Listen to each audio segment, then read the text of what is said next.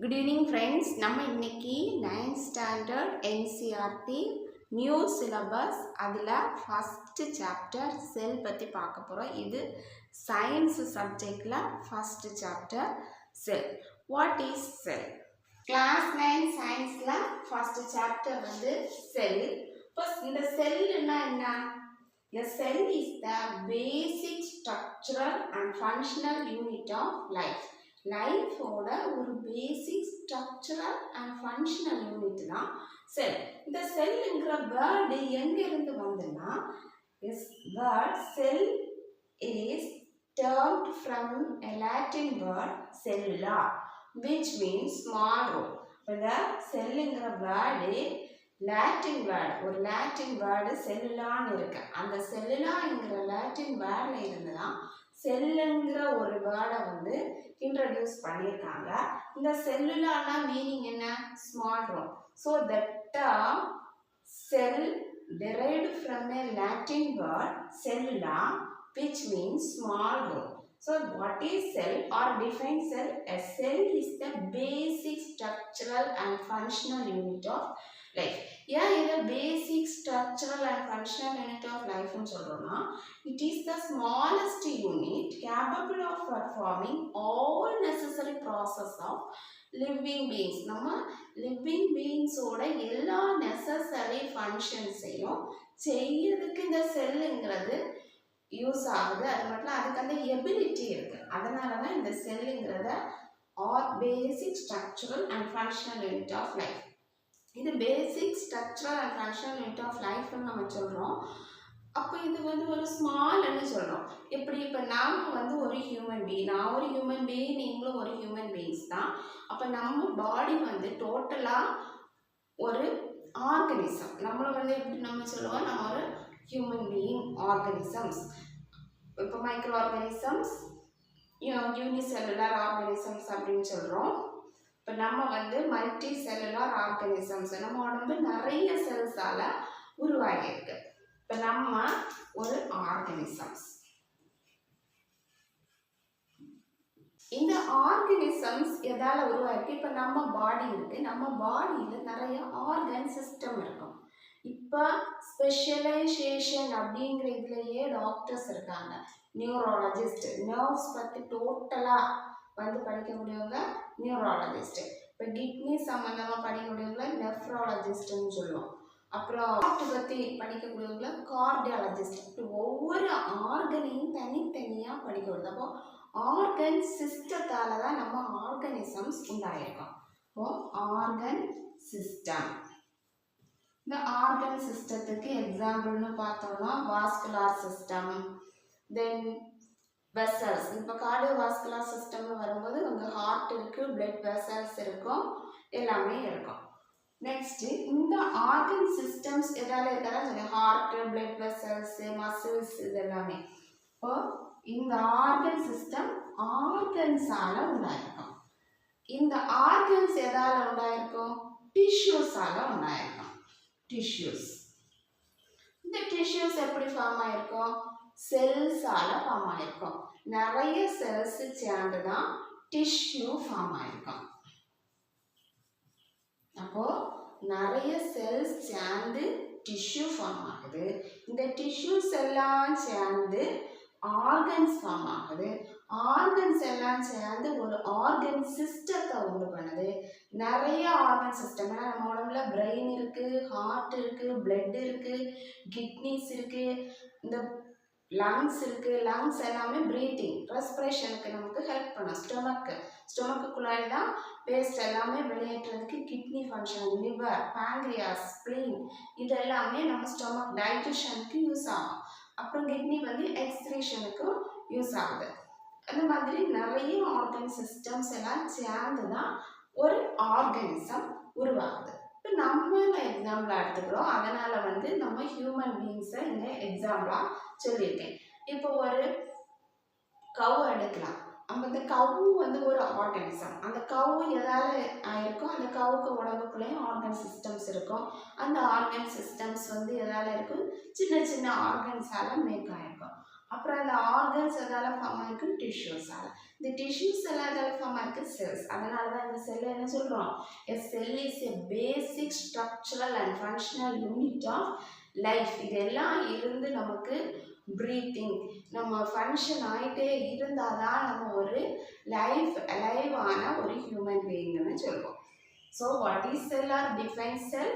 A cell is the basic structural and functional unit of life. Next நம்ம Discovery of செல் பற்றி பார்க்க போகிறோம். இந்த செல்லுங்கிற யூனிட்டில் நமக்கு சிலபஸில் ஃபஸ்ட்டு கொடுத்துருக்கக்கூடிய டாபிக் என்னது? Discovery of cell. அப்போ இந்த செல்லை எப்படி டிஸ்கவர் பண்ணாங்கன்னு நம்ம இப்போ பார்ப்போம். இதோட டிஸ்கவரி எப்படி நடந்திருக்கு அப்படின்னு பார்க்குறோம். ஃபர்ஸ்ட் வந்து Robert Hooke. The cell was first discovered by Robert Hooke in 1665. 1665ல ராபர்ட் ஹூக் செல்லை ஃபர்ஸ்ட் டிஸ்கவர் பண்ணுறாரு. எப்படி டிஸ்கவர் பண்ணுறாருன்னா, இந்த ராபர்ட் ஹூக் வந்து ஒன்று சாதாரணமான ஆள் கிடையாது. அவர் வந்து எப்பவும் எதையாவது செய்துட்டே இருப்பார். அவர் ஒரு ரொம்ப கியூரியாசிட்டி உள்ள ஒரு ஆள். அவர் ஒரு மைக்ரோஸ்கோப்பை உண்டாக்குறாரு சொந்தமாக. அவராகவே சில இதெல்லாம் பார்த்து படித்து நம்மளே வீட்டில் வந்து சில விஷயம்லாம் பார்ப்போம். சரி இதை நம்ம செய்து பார்ப்போமே, ட்ரை பண்ணுவோமே அப்படின்னு சொல்லி நம்ம வீட்டில் உள்ள சின்ன பிள்ளைங்க கூட செய்வாங்க. அந்த மாதிரி பண்ணுறாரு ஒரு மைக்ரோஸ்கோப்பு. அந்த மைக்ரோஸ்கோப்பை பண்ணதுக்கப்புறமா சும்மா இருப்பாங்க. அவர் என்ன பண்ணுறாருன்னா, அந்த மைக்ரோஸ்கோப் மூலம் எல்லா பொருளையுமே பார்க்குறாரு. எப்படி இருக்குது, இப்போ நம்ம சாதாரணமாக பார்க்கும்போது எப்படி இருக்குது, மைக்ரோஸ்கோப் மூலமாக பார்க்கும்போது எப்படி இருக்குது அப்படின்னு அவர் ஒவ்வொரு பொருளையுமே பார்க்குறாரு. அப்படி பார்க்கும்போது திடீர்னு ஒரு நாள் அவருக்கு கையில் ஒரு கார்க்கு கிடைக்குது. இந்த கார்க்கு வந்து எங்கே இது பண்ணியிருப்பாங்கன்னா, இந்த cork is made up of a substance from a tree. ஒரு ட்ரீயோட பார்க்கு மரத்துண்டால தான் இந்த கார்க்கு மேட் பண்ணியிருப்பாங்க. இந்த கார்க்கில் உள்ள ஒரு சின்ன ஸ்லைஸ் எடுத்து இந்த மைக்ரோஸ்கோப்புக்குள்ளாடி வச்சு பார்க்குறாரு. அவர் பார்க்கும்போது அந்த கார்க்கோட பீசஸ் உள்ள இருக்கக்கூடிய பார்ட்டிக்கிள் எல்லாமே இந்த மாதிரி ரூம் ஸ்ட்ரக்சராக இருக்குது. ஹனிகாம் வடிவம். அப்படின்னா தேனை வந்து தேனை சேகரித்து வச்சிருக்கோம்ல, தேன் தட்டுன்னு சொல்லுவோம். அந்த மாதிரி ரூமாக வந்து அந்த கார்க்குள்ளே இருக்குது. இப்படி சின்ன சின்ன ரூம் மாதிரி இருந்த உடனே இவர் இதுக்கு ஒரு பேர் சொன்னார், ஸ்மால் ரூம்ஸ். இவர் வந்து இந்தியாவில் உள்ள ஆள் கிடையாது. அதனால அவர் லத்தீனில் வந்து சொல்கிறாரு செல்லுலா அப்படின்னு. செல்லுலானா என்ன மீனிங்? Small rooms. அப்போது அதில் இருந்து தான் இந்த செல்லுங்கிற வேர்டையே ஃபஸ்ட்டு டெரைவ் பண்ணாங்க. So the cell was first discovered by Robert Hooke in 1665.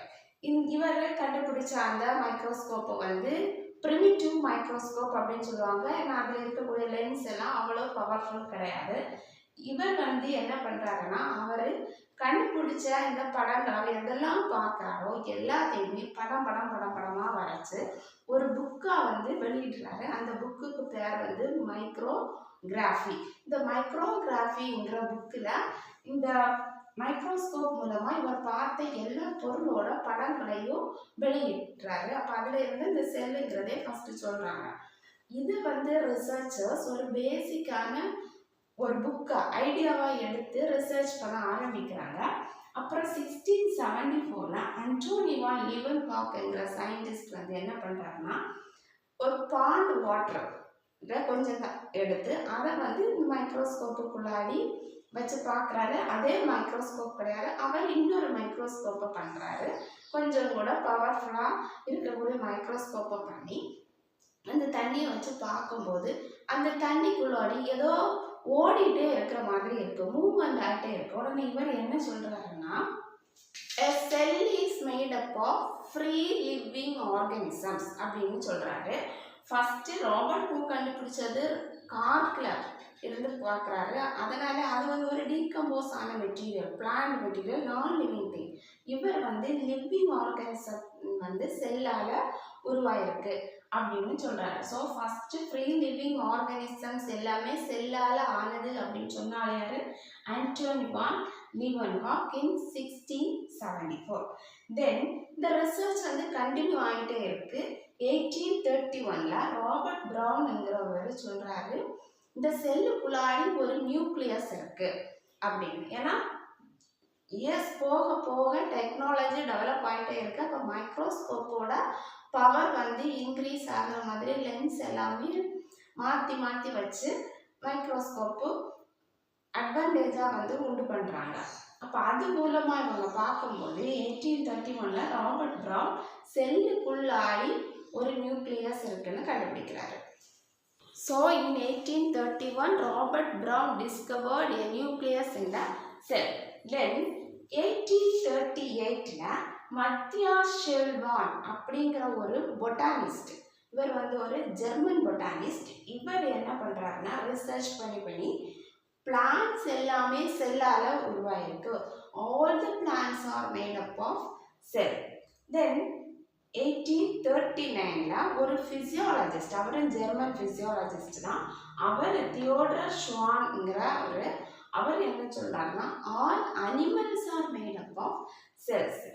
Then 1839 the same year Purkinje அப்படிங்கிறவர் வந்து என்ன சொல்றாருன்னா the cell is made up of protoplasm, a liquid substance present in the cell is called protoplasm. இந்த செல்லுக்குள்ளாடி ஒரு liquid substance இருக்கு, அது வந்து protoplasm அப்படின்னு புர்கன்ஜிங்கிறவர் 1839 சொல்றாரு.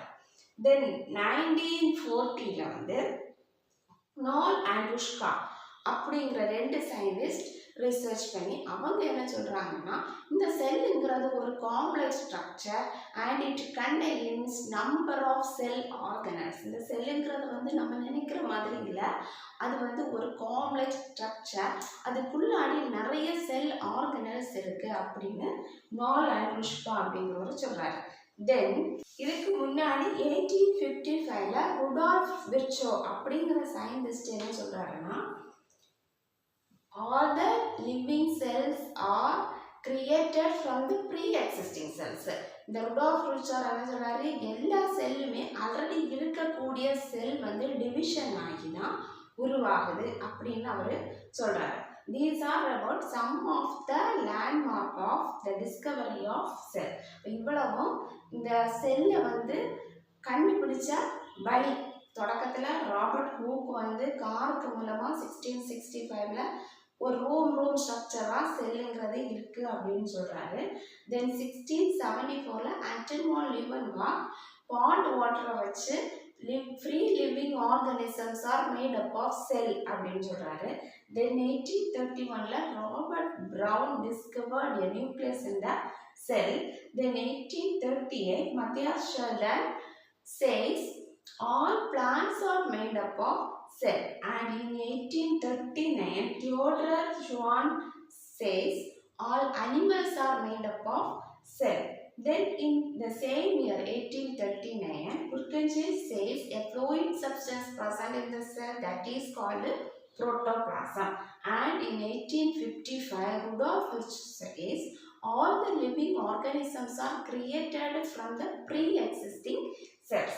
And in 1940 Nolan Rushka says a cell has a complex structure and it contains number of cell organelles.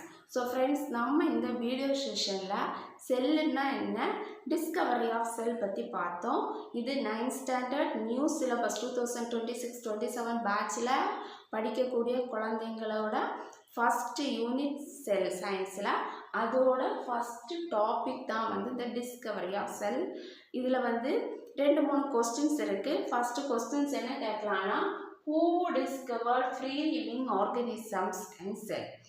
Free living organisms செல்லை வந்து யார் கண்டுபிடிச்சா, ஆண்டன் வான் லீவன்ஹாக் 1674. நம்ம இதுவரைக்கும் படித்ததில் 2 கொஸ்டின்ஸ் முக்கியமாக கேட்க சான்சஸ் இருக்குது. ஃபஸ்ட்டு கொஸ்டின் என்ன, who discovered cell and how. Who discovered cell? The cell was first discovered by Robert Hooke in 1665. அவர் எப்படி கண்டுபிடிச்சாரு அப்படின்னு நம்ம பார்த்தோம். Then why is the cell called the structural and functional unit of life? Why?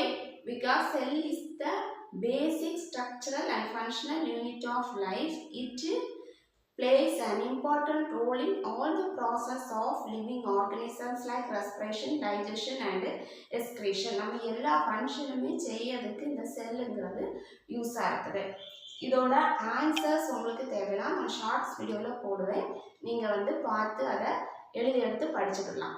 So friends, நம்ம இந்த video செஷனில் செல்லுன்னா என்ன, Discovery of செல் பற்றி பார்த்தோம். இந்த வீடியோ செஷன் உங்களுக்கு பிடிச்சிருந்தா என்னோட சேனலை லைக் பண்ணுங்கள், ஷேர் பண்ணுங்கள், சப்ஸ்கிரைப் பண்ணுங்கள். தேங்க்ஸ் ஃபார் வாட்சிங்.